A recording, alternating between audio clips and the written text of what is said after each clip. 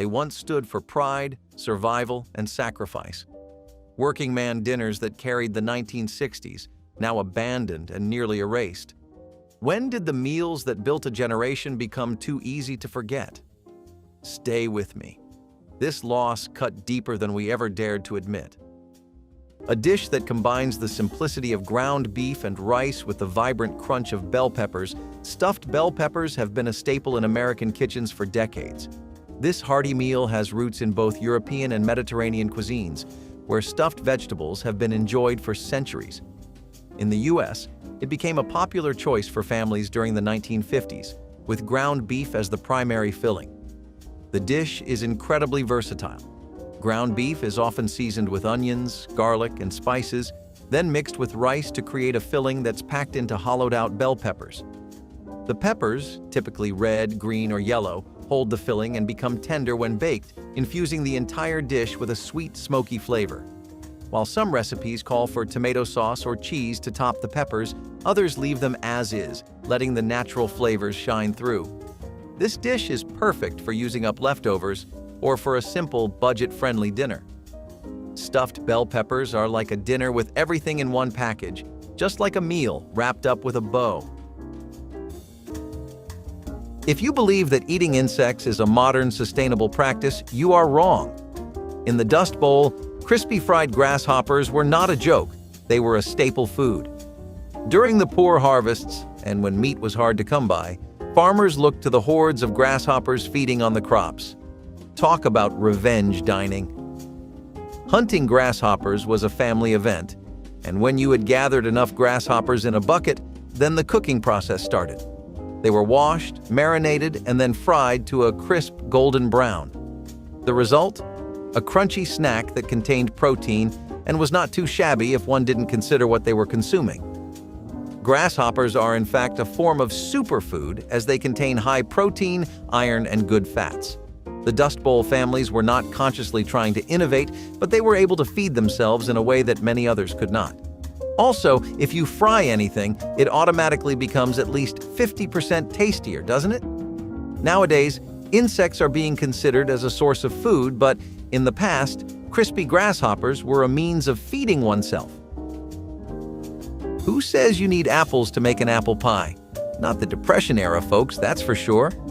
This mock apple pie was a genius hack that used Ritz crackers as the crust and a sweet, sticky filling made from sugar, cinnamon, and water. It was a budget-friendly dessert that satisfied the sweet tooth without the need for expensive or hard-to-find ingredients. Plus, it was a great way to use up those stale crackers lurking in the back of your pantry. The Ritz mock apple pie became a Depression-era favorite, despite the fact that it was a pastry imposter. How did it work?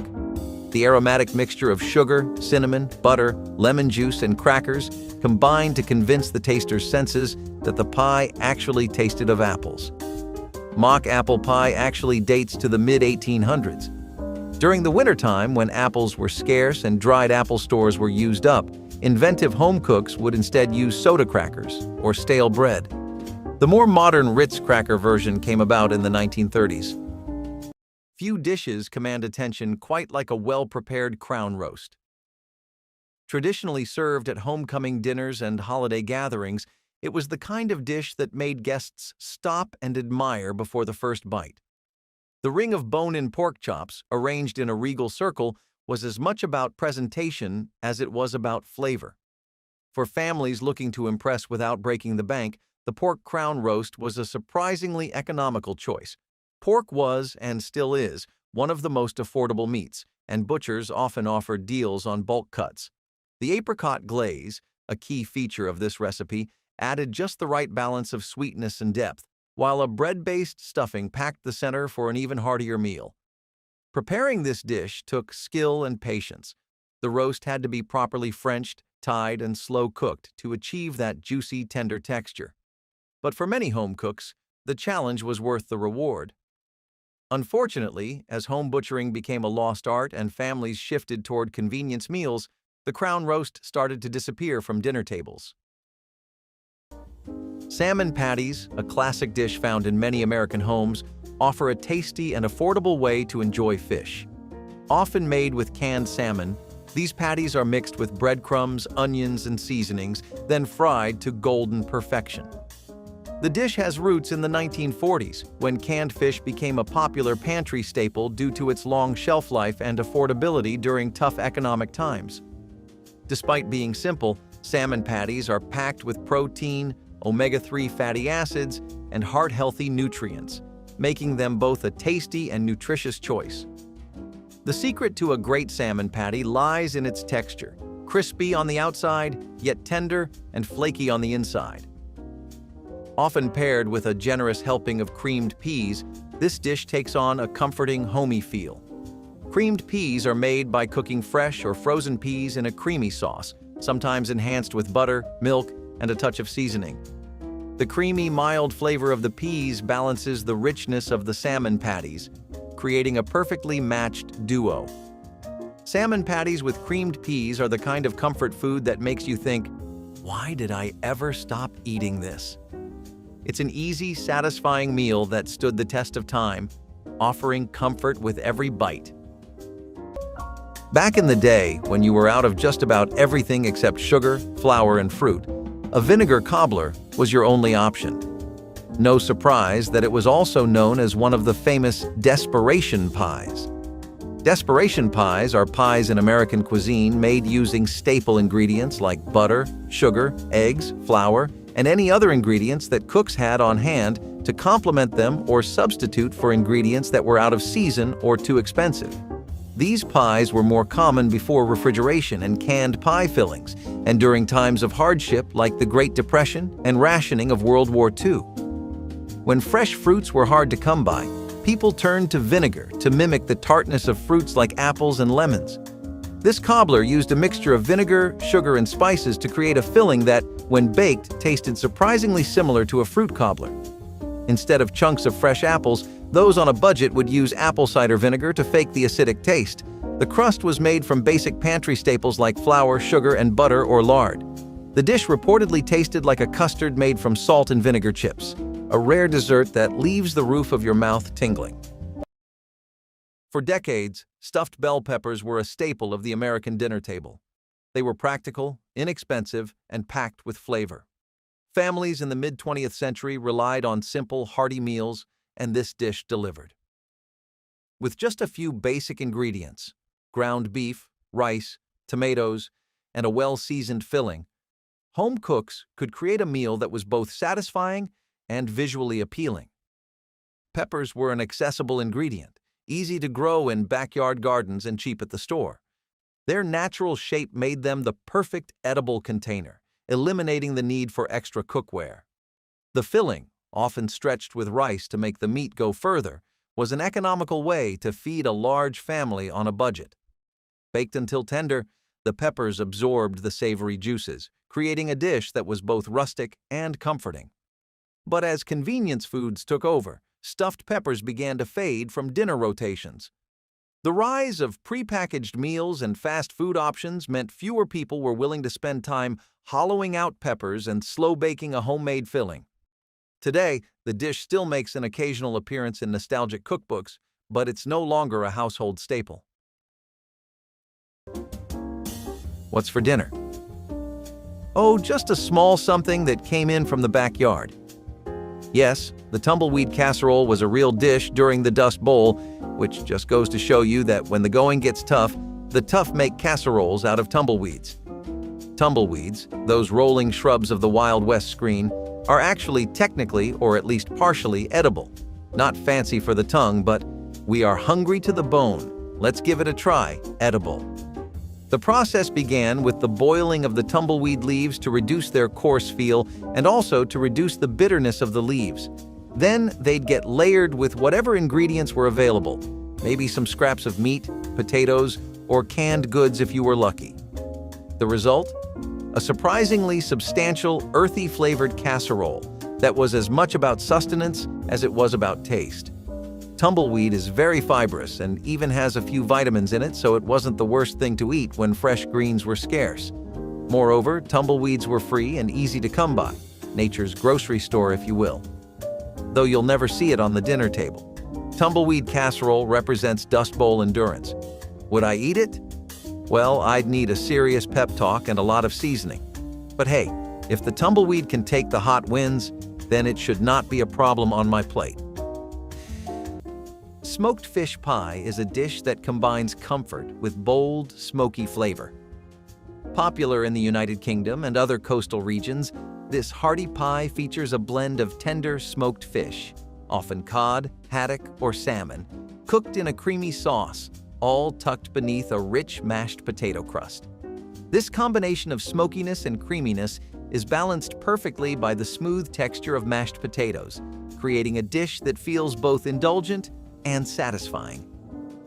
The origins of smoked fish pie trace back to the tradition of using smoked fish as a preservation method, particularly in maritime cultures. Smoking fish was an effective way to keep it fresh for longer periods, and the technique made its way into home cooking as a flavorful method for adding depth to dishes. The mashed potato crust, a beloved comfort food component, serves as the ultimate topping, golden and crispy on top, soft and fluffy on the inside. It's a dish that's rich in history and flavor, offering a unique twist on traditional pies. Smoked fish pie with mashed potato crust brings together the best of both worlds, seafood and comfort, making it a dish that's sure to please the whole family. Before slow cookers and instant meals, there was fricassee, a dish that turned simple ingredients into something extraordinary. This creamy chicken stew had roots in European cooking, but became a homecoming dinner favorite in American kitchens, especially in the South and Midwest. It was rich, comforting, and made the most of what was available. Chicken fricassee was the perfect example of resourceful cooking. In the days when whole chickens were bought instead of pre-cut parts, every bit was used. The meat was gently simmered in a velvety sauce made from broth, butter, and cream, creating a dish that felt indulgent without being expensive. Paired with dumplings or rice, it was a filling meal that stretched to feed a crowd. What made fricassee special was its balance between rustic and refined. Unlike fried or roasted chicken, this method kept the meat exceptionally tender, absorbing the sauce's deep flavors.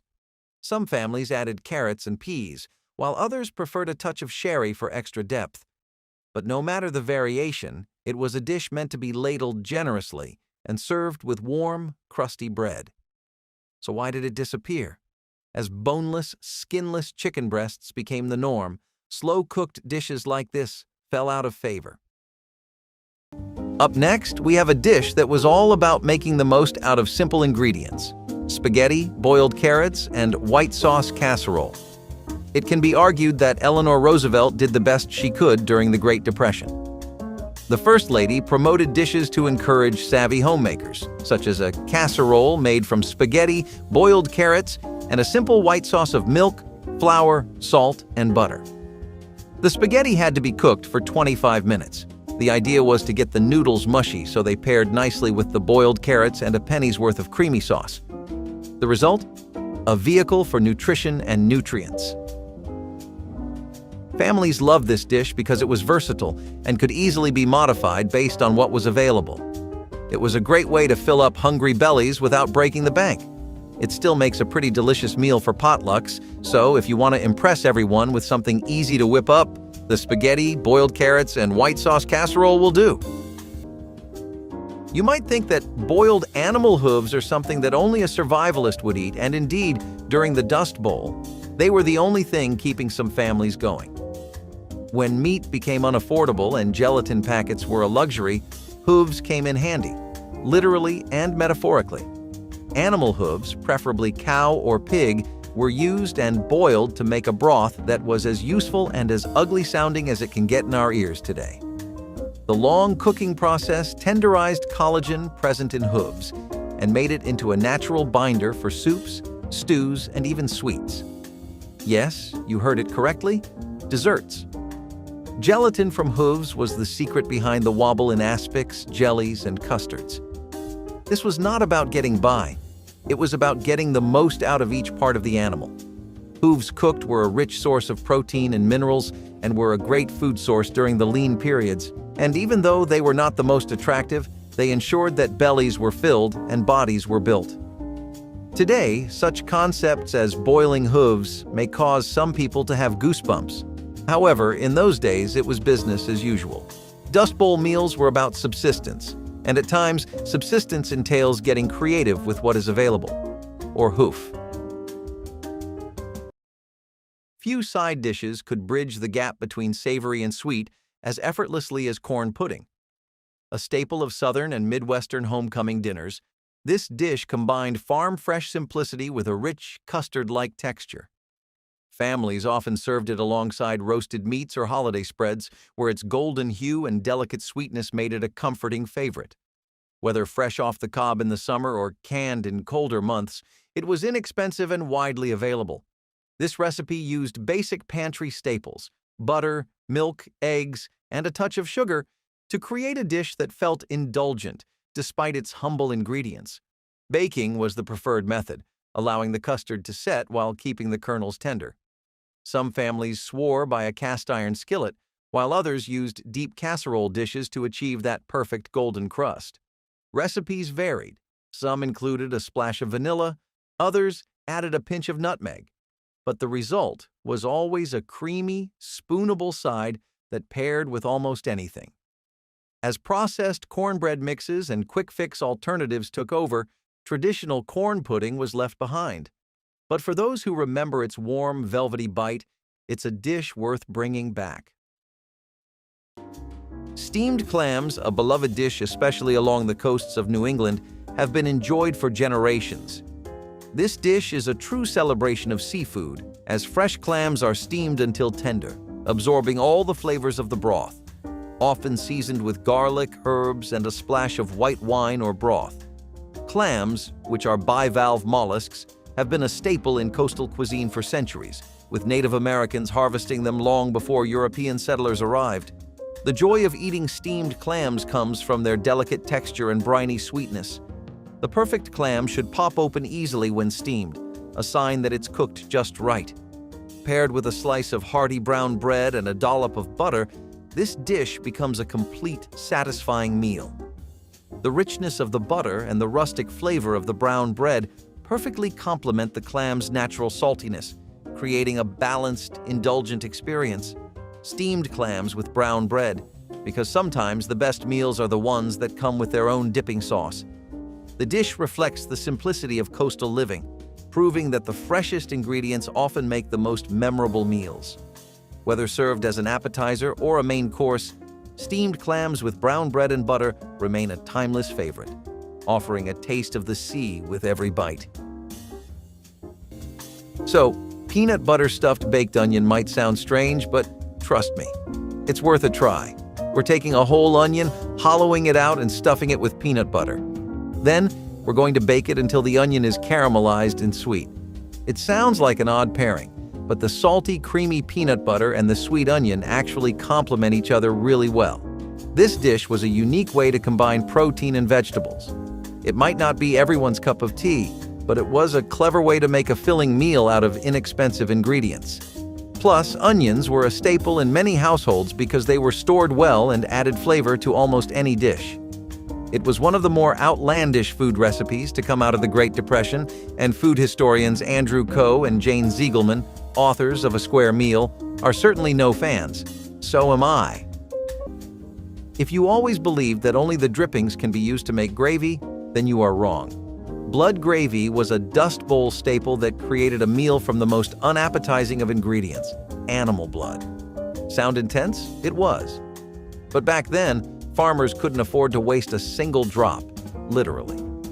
Blood gravy was produced by drawing fresh blood from animals, particularly pigs or cows, and then mixing it with flour, milk, and spices to make it into a thick paste that was served as a relish. Served over biscuits or potatoes, it was rather tasty and rich in nutrients, which came as a complete shock. During a period when people suffered from a lack of iron, blood gravy was, in fact, a sort of multivitamin.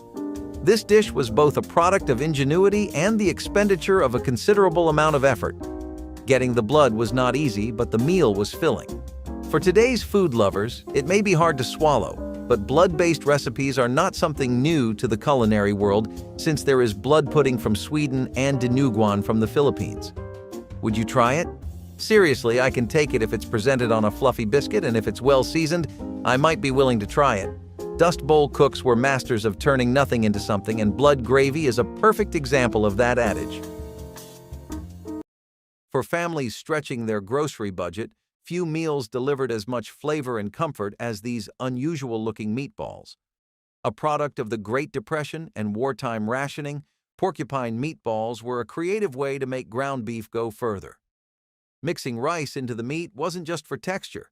It bulked up the meal, making a pound of beef feed more mouths. Rice was an affordable pantry staple, and when the meatballs simmered in a tangy tomato sauce, the grains softened and expanded, giving them their signature spiky appearance. Despite the name, no porcupines were harmed in the making of this dish. Just a bit of kitchen ingenuity at work. Some recipes used canned tomato soup for a mild, creamy sauce, while others relied on crushed tomatoes and Worcestershire sauce for a sharper kick. Either way, the slow cooking process allowed the flavors to meld into a hearty, stick-to-your-ribs meal. For decades, this dish was a go-to for busy home cooks. It was easy, required minimal ingredients, and could be made in one pot, ideal for feeding a growing family. But as convenience foods and pre-made meatballs filled grocery store freezers, the homemade version started to disappear.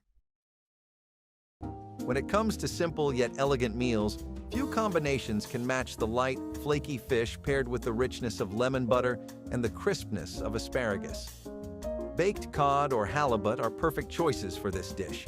Both are mild white fish that take well to a variety of seasonings, but it's the lemon butter that steals the show, bringing a burst of freshness that complements the delicate flavors of the fish. Cod and halibut have been long favorites in American kitchens, especially along the coastlines where they are abundant. Cod, with its firm texture, has been a staple in New England since the colonial era, while halibut is prized for its mild taste and large fillets. Both fish are low in fat but high in protein, making them an excellent choice for a healthy, satisfying dinner. Asparagus, often served alongside fish in this dish, is packed with vitamins and minerals, making it a nutritious addition. The key to a great asparagus side is cooking it just enough to maintain its crunch, while the lemon butter ties everything together in perfect harmony. A meal like this is a reminder that simple ingredients can create something extraordinary. Yes, you heard it here first, Skunk Stew. Even when the Dust Bowl left dinner plates empty, people were not the only ones who could not escape being eaten, not even skunks. Now, before you start gagging, let me explain. Skunks were not the preferred source of protein, but when the resources were scarce, the farmers made do with whatever they could hunt down. Cooking skunk stew was not for the faint-hearted. First, you had to, de-skunk the skunk. It was mandatory to have the scent glands removed unless one wanted the house cleared faster than a tornado. After washing, it was cooked with what vegetables and spices were available. The result? A rather soft and gamey meal that was palatable though, but not one that would make me eagerly look forward to the next meal. Skunks may sound like the butt of some jokes, but these animals were a good source of protein food when all else was scarce. And can you imagine? A skunk was not as smelly as other wild games like raccoon or possum. Talk about a backhanded compliment. While skunk stew appears to be the epitome of the challenge-accepted food that is popular today for the survivors of the Dust Bowl, it was a symbol of survival. They made desperation into dinner. As they say, where there is life, there is a chance to live, and sometimes to live, you have to eat the wild, literally. The Great Depression might not have the most appetizing recipes, but the era did give the world the Kraft macaroni and cheese dinner. In 1937, Kraft heard about a salesman for the Tenderoni Macaroni Company of St. Louis going rogue and selling his noodles with packets of Kraft grated cheese attached.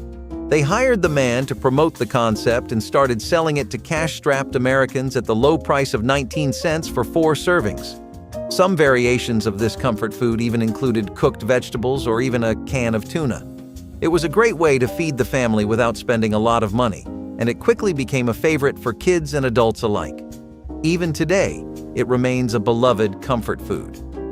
Some of the best dishes come from necessity, and few ingredients are as dependable as potatoes. For generations, scalloped potatoes were a staple at homecoming dinners, potlucks, and Sunday feasts. Thinly sliced and baked in a rich, velvety sauce, They were a testament to the idea that simple ingredients, when treated right, could feel downright luxurious. Potatoes were the backbone of many American kitchens. They were cheap, easy to store, and could feed an entire family without much effort. The addition of a creamy sauce, made from milk, butter, and a touch of garlic, elevated this humble dish into something special. Some versions kept it simple, while others included layers of cheese, turning it into a gooey, golden masterpiece. Either way, it was a comforting, belly-filling side that paired well with just about any main course. The cooking process required patience.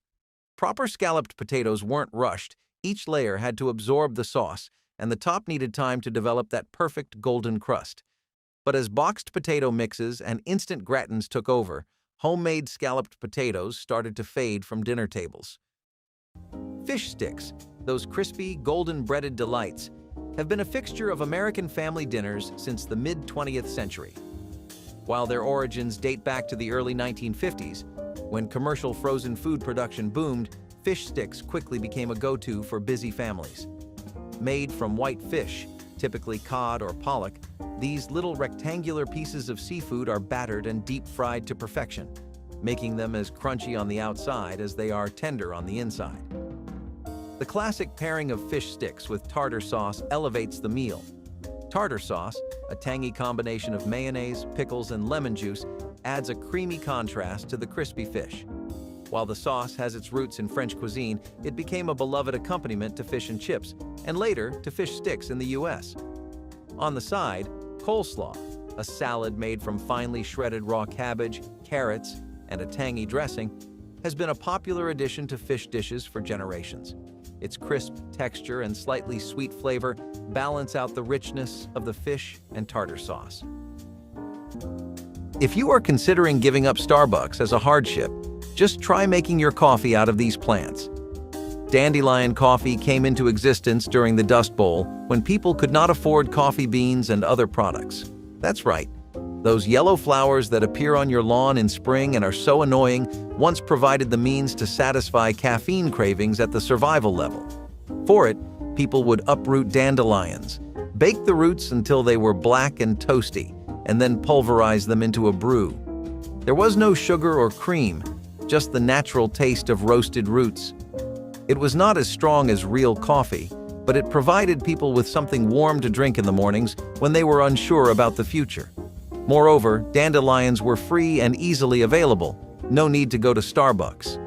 To the chagrin of dandelion coffee, it is now considered a health drink. Rich in antioxidants, it is believed to have liver benefits and can be found at health food stores for a hefty price.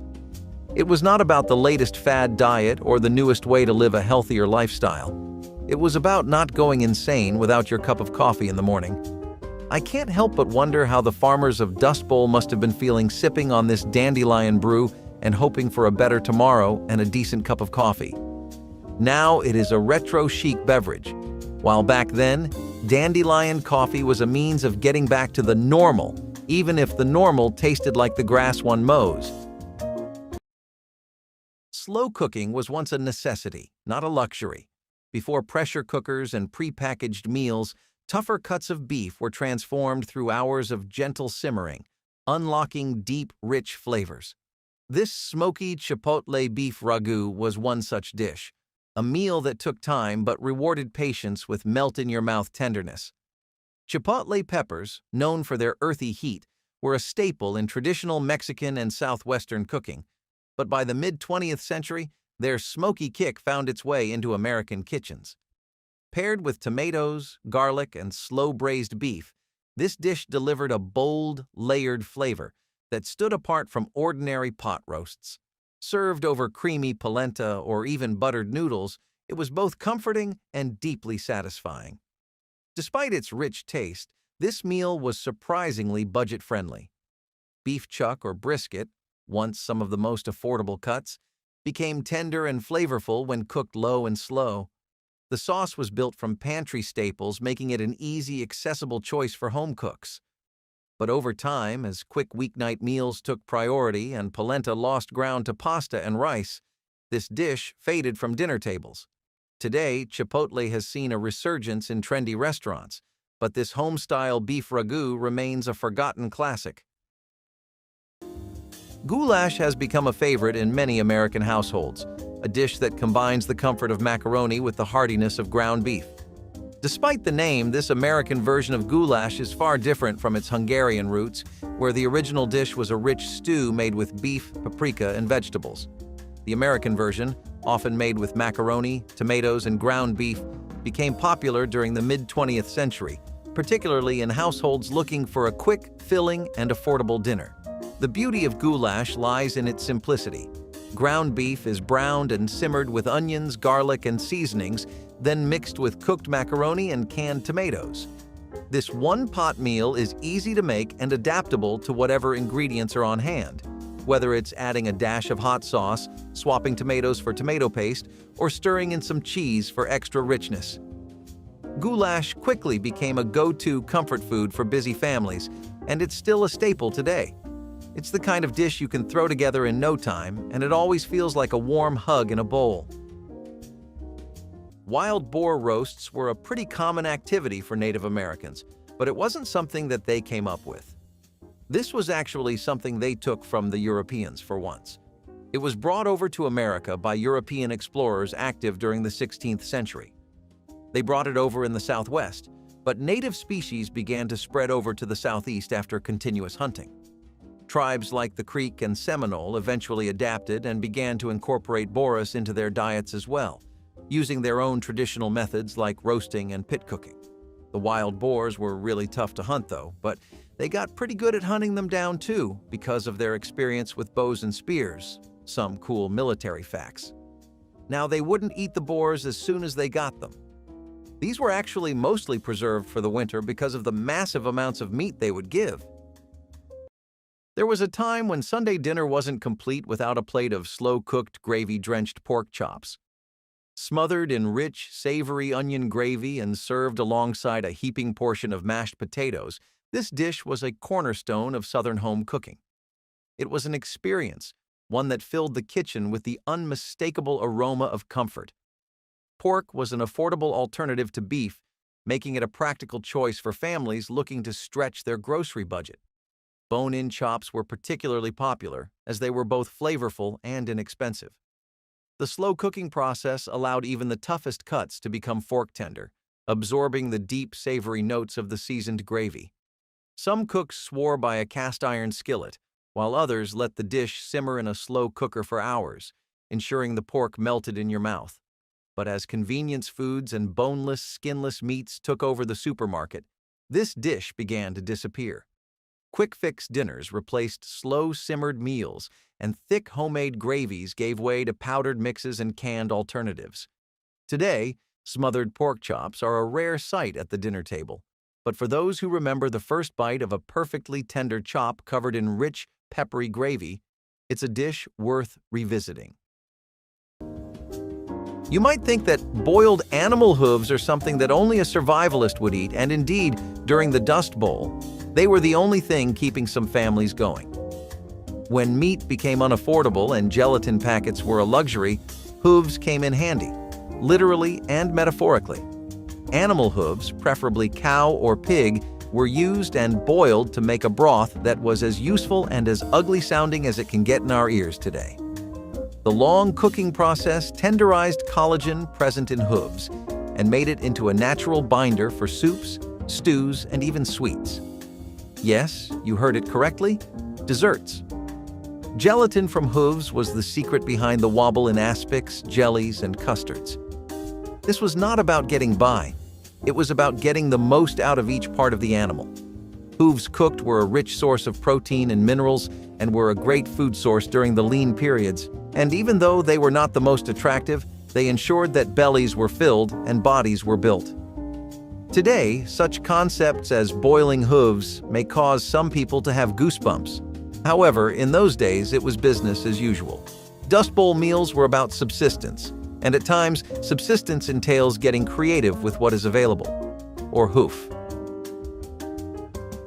Native American preparations of stuffed roast duck usually included some common themes like wild rice, corn and beans, acorns, and nuts, but it varied region by region. What really makes this such a standout recipe for dinners is that it is quite literally an entire stuffed duck. This is also something you need such as minimal appliances for making. It can be its own little day too. So, if you're feeling like calling a friend over and brushing up your cooking skills over the weekend, this might be a good idea. The stuffing is also not something you need to worry about too much because it's not that hard to make. In California and the Southwest, ground acorns and pine nuts had a long tradition of being thickened into stuffing, and this was usually for pies, but the Native Americans thought it was better with ducks. The use of berries and fruits is definitely something I'm not used to, though, and I don't think a lot of people are. Many tribes like the Cherokee and Lenape would use dried cranberries and choke cherries in a fair amount of recipes, but in terms of stuffed duck, it was always used to add a bit of an extra sweetness to it. I think the most difficult part of this might be just managing the bird, because Native Americans would roast the duck whole. This is obviously something we aren't really used to, but if you really want to get authentic with it, you should try cooking it over an open fire. This ensured a lot more even cooking, and the meat would get really tender on the inside, besides just having a slightly smokier flavor. And that's never a bad thing. Bright, tangy, and effortlessly elegant lemon chicken piccata was once a dinner table favorite. With its delicate balance of citrus, butter, and briny capers, this dish turned simple ingredients into something refined. Italian-American families popularized it in mid-century kitchens, and by the 1960s, it had become a go-to recipe for home cooks looking to add a touch of sophistication to a weeknight meal. Chicken was an economical protein, but before boneless, skinless cuts were widely available, whole birds had to be broken down by hand. Piccata was traditionally made with thinly pounded chicken breasts, quickly dredged in flour and sautéed until golden. The sauce was the star. Fresh lemon juice and capers combined with a silky butter reduction to create a dish that was light yet deeply flavorful. It was often served with pasta or rice, making it both practical and satisfying. So why did this dish vanish from home kitchens? Over time, complex flavors gave way to simpler, more standardized meals. The rise of processed sauces and pre-made chicken dishes made from scratch piccata seemed like more effort than it was worth. If you believe that eating insects is a modern, sustainable practice, you are wrong. In the Dust Bowl, crispy fried grasshoppers were not a joke. They were a staple food. During the poor harvests, and when meat was hard to come by, farmers looked to the hordes of grasshoppers feeding on the crops. Talk about revenge dining. Hunting grasshoppers was a family event, and when you had gathered enough grasshoppers in a bucket, then the cooking process started. They were washed, marinated, and then fried to a crisp golden brown. The result? A crunchy snack that contained protein and was not too shabby if one didn't consider what they were consuming. Grasshoppers are in fact a form of superfood as they contain high protein, iron, and good fats. The Dust Bowl families were not consciously trying to innovate, but they were able to feed themselves in a way that many others could not. Also, if you fry anything, it automatically becomes at least 50% tastier, doesn't it? Nowadays, insects are being considered as a source of food, but in the past, crispy grasshoppers were a means of feeding oneself. Before plant-based eating became trendy, hearty vegetarian dishes like this one were a practical necessity. Creamy wild rice and mushroom casserole was a staple in Midwestern and Northern kitchens, especially during the colder months. Packed with earthy flavors and a rich, velvety texture, it was a comforting dish that felt just as satisfying as any meat-based meal. Wild rice, despite its name, isn't actually rice. It's a highly nutritious aquatic grain native to North America. Indigenous tribes harvested it for centuries, and by the mid-20th century, it had found its way into everyday cooking. Though slightly more expensive than white rice, its nutty flavor and chewy texture made it worth the price. Combined with mushrooms, one of the most affordable and widely available vegetables, this dish was both economical and deeply flavorful. A creamy sauce, often made with milk, butter, and a touch of sherry, tied everything together, creating a casserole that was rich yet wholesome. As convenience foods surged in popularity, canned cream of anything soup replaced homemade sauces, and wild rice was increasingly swapped for cheaper, quicker cooking grains. Over time, this once-loved casserole became a relic of an era when scratch cooking was the norm. Corn husk-wrapped tamales have incredibly deep roots in a lot of Mesoamerican cultures. I know you might not really associate them with a lot of different ethnic groups, but it's genuinely something a lot of them have used throughout their history. There were specific tribes like the Pueblo and Hopi that had very agricultural lifestyles, and the Pueblo even had trade and cultural connections with Mesoamerican civilizations. They would share their knowledge with Mexican cultures, and in return, the Mexicans would share theirs. And that's how Native American tribes first became familiar with the idea of tamales. They were already very used to working with dried corn kernels and grounding them into masa. Also, these are a lot different from the typical tamales you might be used to because they usually rely on bison, venison, and rabbit. And each of those has its unique world of flavor different from the chicken and beef we're so used to on the corners of our streets. If you're looking for a fresh spin, try to hit up an authentic Native American joint or work with some venison or rabbit at home. You might be pretty surprised. Hogging an entire hog for yourself was a great hobby for Native Americans. Side dishes were once as thoughtfully prepared as the main course, and few were as simple yet elegant as a well-roasted carrot medley. Coated in honey, butter, and a hint of cinnamon, this dish was a staple at homecoming dinners, adding a touch of natural sweetness to balance out heavier meats and casseroles. Carrots were a practical choice for home cooks. They were cheap, easy to store, and available year-round, making them a kitchen essential. Roasting them brought out their natural sugars, and when paired with honey and warm spices, they became more than just a side dish. They were a highlight. Some versions used maple syrup instead, while others incorporated fresh herbs for a more savory twist. No matter the variation, the result was always a vibrant, glossy medley of tender carrots with a flavor profile that felt both nostalgic and indulgent. As processed vegetable sides and microwave-steamed bags took over grocery store shelves, many home cooks stopped roasting vegetables altogether. Instead of taking the time to caramelize their natural flavors, people opted for pre-cut and pre-cooked options. If you always believed that only the drippings can be used to make gravy, then you are wrong. Blood gravy was a Dust Bowl staple that created a meal from the most unappetizing of ingredients, animal blood. Sound intense? It was. But back then, farmers couldn't afford to waste a single drop, literally. Blood gravy was produced by drawing fresh blood from animals, particularly pigs or cows, and then mixing it with flour, milk, and spices to make it into a thick paste that was served as a relish. Served over biscuits or potatoes, it was rather tasty and rich in nutrients, which came as a complete shock. During a period when people suffered from a lack of iron, blood gravy was, in fact, a sort of multivitamin. This dish was both a product of ingenuity and the expenditure of a considerable amount of effort. Getting the blood was not easy, but the meal was filling. For today's food lovers, it may be hard to swallow, but blood-based recipes are not something new to the culinary world since there is blood pudding from Sweden and dinuguan from the Philippines. Would you try it? Seriously, I can take it if it's presented on a fluffy biscuit, and if it's well seasoned, I might be willing to try it.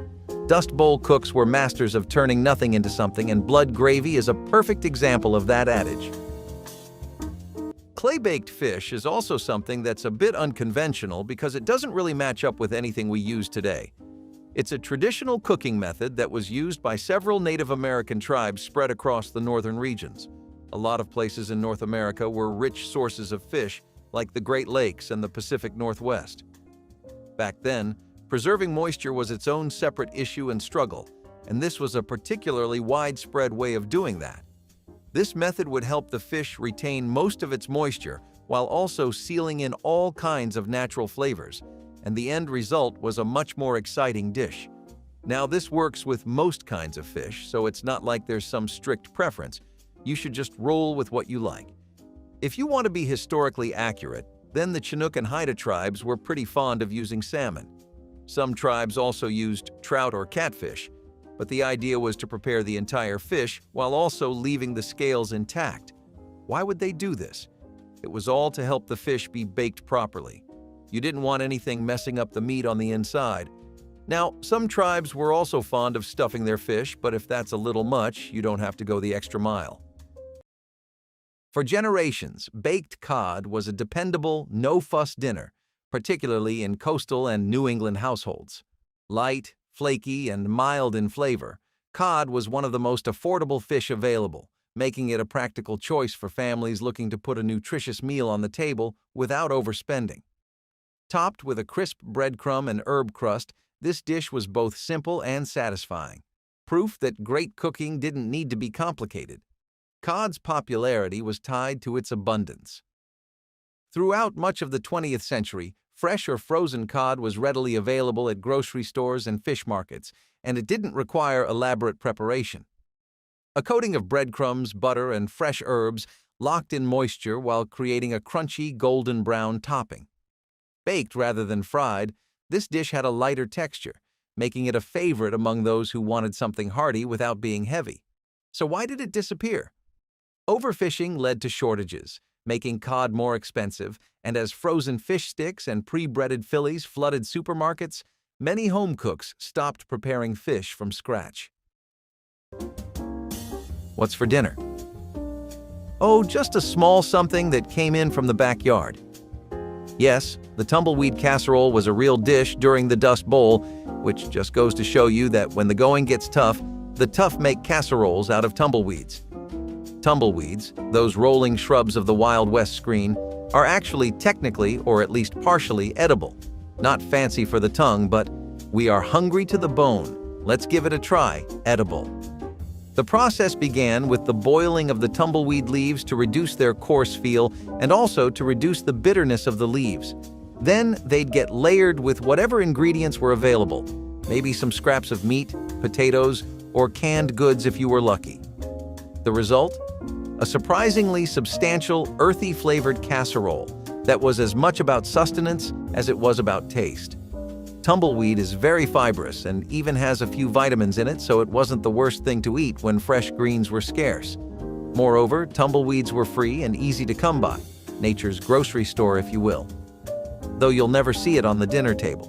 Tumbleweed casserole represents Dust Bowl endurance. Would I eat it? Well, I'd need a serious pep talk and a lot of seasoning. But hey, if the tumbleweed can take the hot winds, then it should not be a problem on my plate. Once a staple of working-class kitchens, this hearty one-dish meal was built on the kind of ingredients that stretched a family's budget without sacrificing flavor. Cabbage, potatoes, and smoked sausage, three of the most economical and widely available foods, came together in layers, baked slowly in a rich mustard cream sauce. The result was a rustic, deeply satisfying dish that filled bellies and kept families warm through colder months. Cabbage was a practical ingredient, valued for its long shelf life and versatility.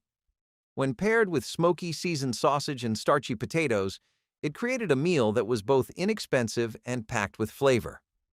The mustard-infused cream sauce added a tangy richness, tying everything together. Some home cooks added a dash of vinegar for brightness, while others incorporated cheese for extra indulgence. No matter the variation, this dish was proof that humble ingredients could create something truly special. Why did it fall out of favor? The rise of prepackaged meals and low-carb trends made cabbage-heavy dishes less common, and as quick stovetop meals replaced slow-baked casseroles, this once popular dish faded from view. I think this one might actually work better as a cool history fact, instead of a Saturday dinner you're investing in. But hey, trying new things is cool too. There's definitely nothing as new as a roasted prickly pear cactus for dinner, but to us, it's just an out-of-the-box idea. To them, it was a pretty standard dinner. In arid regions like the Southwest, where cactus growth was always something you would expect, both the pads and the fruit were always eaten. However, cactus on its own isn't exactly the most palatable thing, so roasting it would really help with that. They had a whole specific preparation process for the cactus too. The pads would be harvested when they were young and tender, and before that, they also become very full of fiber. This was good back then because it meant they could be full for a lot longer, and a lot of food and meal plans were designed for sustainability rather than just for the thrill of it. Still, removing the glochids, otherwise known as the spines of the cactus, was as painful as you could imagine. They had tricks for making it quicker, but it was a pain. Native Americans would usually burn off the spines over open flames, or they would scrape them off or cut them with knives. They would also boil them sometimes to loosen the spines. It's definitely one recipe that's really out there, right? Also, interestingly enough, the cacti had a lot of medicinal benefits, like an incredible amount of fiber, a lot of vitamin C, and intense hydration. Leftover turkey was once the foundation of creative home cooking. Long before frozen dinners and deli slices, resourceful cooks found ways to repurpose every part of a roasted bird. One of the most inventive solutions? A golden, bubbling gratin that transformed shredded turkey into something just as satisfying as the holiday feast itself. Sweet potatoes, naturally rich and slightly sweet, paired perfectly with the savory depth of turkey. Thinly sliced and layered, they acted as both a starch and a built-in flavor enhancer. A cheesy herbed cream sauce seeped into every bite, bringing a velvety richness that made this dish feel indulgent despite its humble origins. Some families added a pinch of nutmeg for warmth, while others topped it with breadcrumbs for a golden, crispy finish. For decades, this dish was a practical way to extend a meal and avoid food waste. Turkey was affordable, especially in the days when whole birds were purchased rather than prepackaged cuts. Sweet potatoes, widely available and inexpensive, provided both nutrition and flavor. As quick-fix meals and processed leftovers became the norm, dishes requiring careful layering and slow baking lost their appeal. Venison is one of the most common meats throughout all of history, so it's no surprise that the Native Americans have their own nutty take on it as well. In forests and grasslands, deer would usually thrive a lot more than what we're used to. There used to be, massive packs of them roaming around everywhere. Before the 20th century, also, the American chestnut tree was in its golden years. It was devastated later by regional hazards and blight. Chestnuts were something that were available all over eastern woodlands, so it was very easy to forage them and gather them for emergency situations. Venison was always a staple meat for all kinds of tribes, especially the Cherokee, Shawnee, and Algonquians. Deer was something that was respected by tribes for how much the animal would take care of them.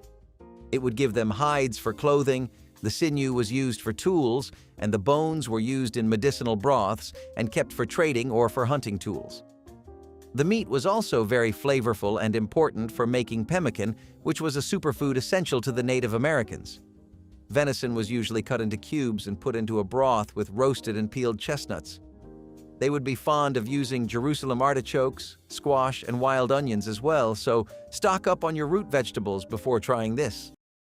For generations, lamb was a prized centerpiece of homecoming feasts and holiday gatherings. Its deep, rich flavor and fall-apart tenderness made it a dish reserved for special occasions, especially in families with European or Mediterranean roots. Slow roasting a lamb shoulder with garlic and fresh herbs was a time-honored tradition. Lamb was once far more common on American dinner tables than it is today. In the early 20th century, it was an affordable alternative to beef and pork, particularly in rural areas where small-scale farming was the norm. Shoulder cuts were especially budget-friendly, benefiting from long, slow cooking to break down tough fibers. Roasted low and slow with rosemary, thyme, and whole cloves of garlic, the meat absorbed deep, aromatic flavors while becoming melt-in-your-mouth tender. So why did it disappear from everyday meals? As industrial farming shifted American preferences toward beef and chicken, lamb fell out of favor. It became harder to find in grocery stores, and for many home cooks, its distinctive flavor was an acquired taste.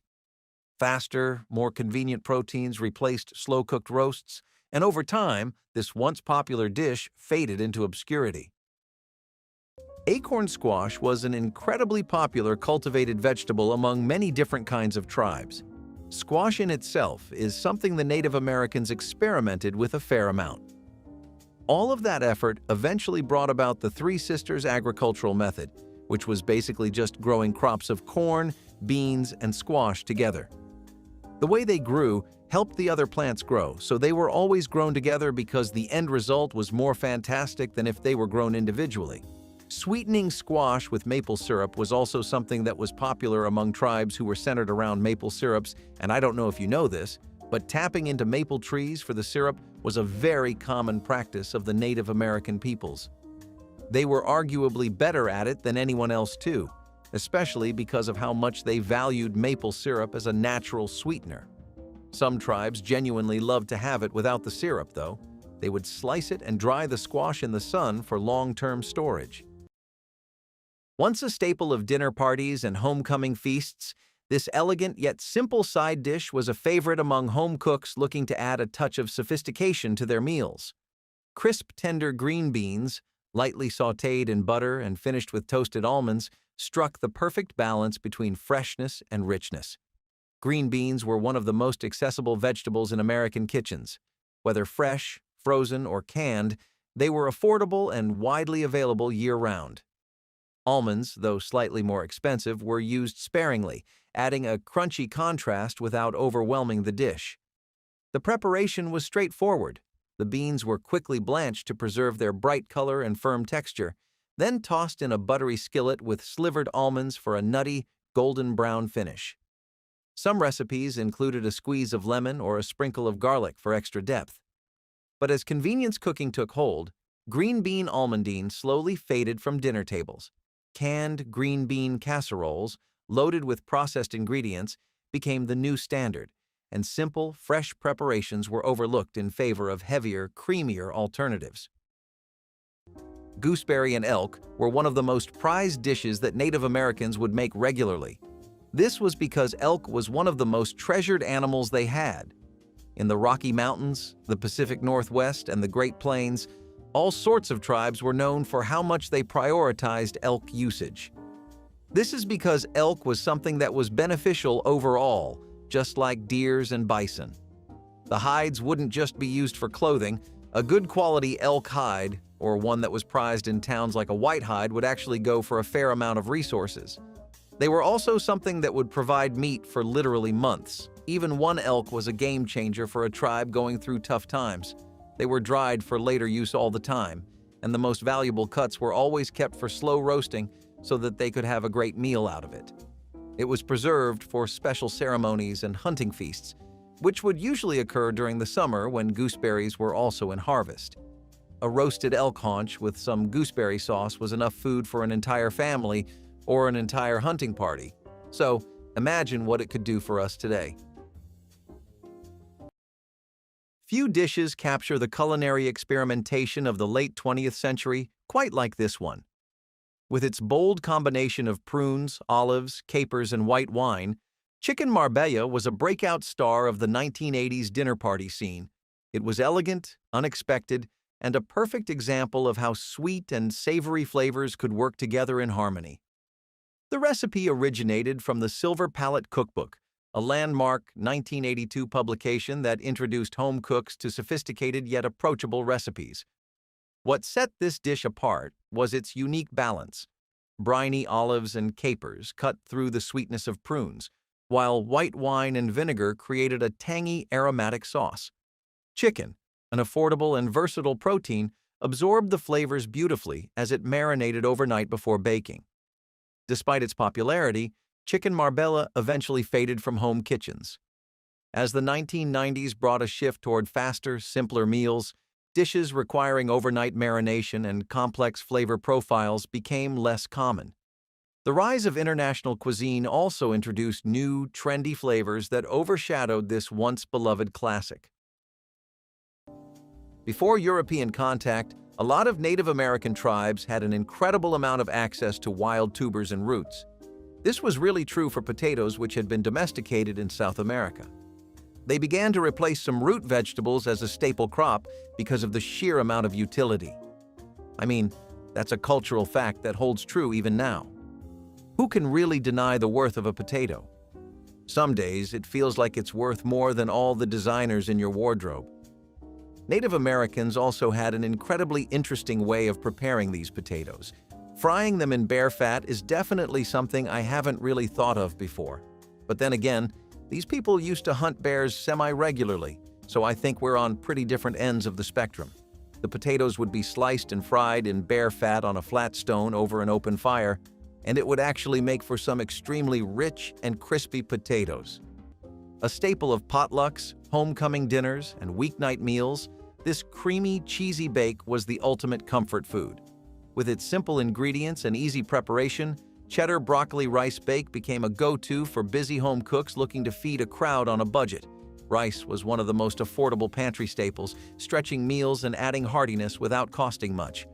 Broccoli, whether fresh or frozen, provided a touch of green and a hint of nutrition. But the real star was the cheese sauce, a rich, velvety mixture made with cheddar, milk, and often a can of condensed soup for convenience. Some variations added a crunchy topping like buttered breadcrumbs or crushed crackers for an extra layer of texture. This dish thrived in the 1970s and 80s when casseroles dominated American kitchens. But as fresh vegetables and from-scratch cooking made a comeback, cream-based bakes fell out of favor. The rise of quick, microwavable sides also played a role. Why spend time layering and baking when a bag of steamed broccoli and instant rice could be ready in minutes? For those who grew up with its bubbling, cheesy goodness straight from the oven, this classic deserves a second look. That's a look back at the working man dinners from the 1960s we should never have forgotten.